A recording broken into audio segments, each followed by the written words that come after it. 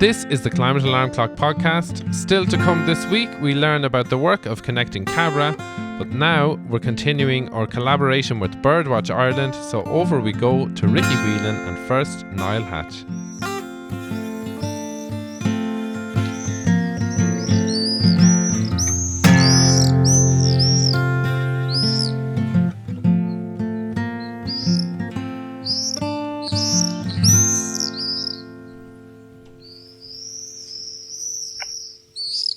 So, Ricky, our bird this week is the swift. I know it's one of your favourites. I know you've done a lot of work on conserving swifts and monitoring them. What do you like so much about them?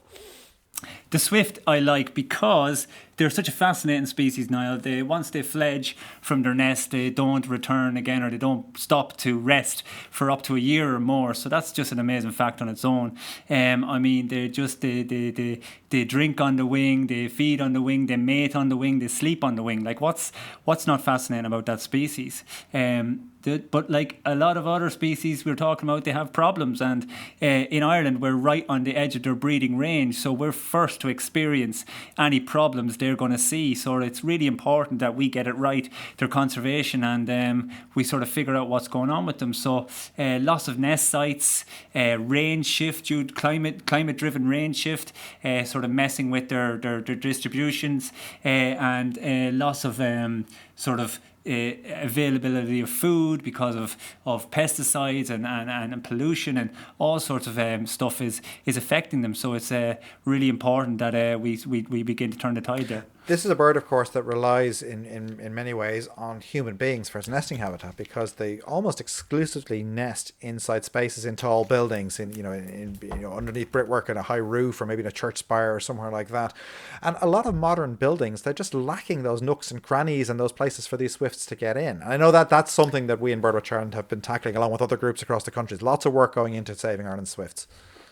Yeah, no, we've built them out of our housing stock and our buildings, and so as we speak, I mean, sort of 75% of swift nests in this country are found in old historic buildings, or buildings built before like 100 years ago. You're talking churches, you're talking old townhouses, you're talking old factories, barracks are very good for them, stuff like that. So yeah, the likes of Swift Conservation Ireland been working tirelessly for years out west. You've got people have a big grow. Once people get into swifts, you get swift groups popping up all over the place, and it's really heartening to see that around the country. So we've got our county swift surveys. We focus on surveying the county first to focus on the areas that are sort of most at need of extra help, be it to get new boxes and bricks built into these new homes and buildings to provide those safe, permanent houses and homes, nest sites for returning swifts.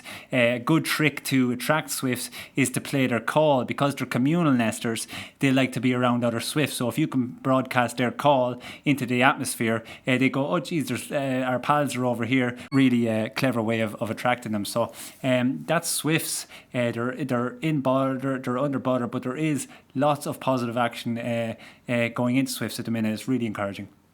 And in doing that, of course, Ricky, we're helping to compensate for some of the effects of climate change on those birds. It's putting added pressure on them with the unsettled weather systems, the availability of insects. They're migrants, of course. They go all the way to Africa for the non-breeding season, and there's a lot of their lives we can't follow there. So anything we can do to make their lives that bit easier will help to mitigate against the effects of climate change. Absolutely.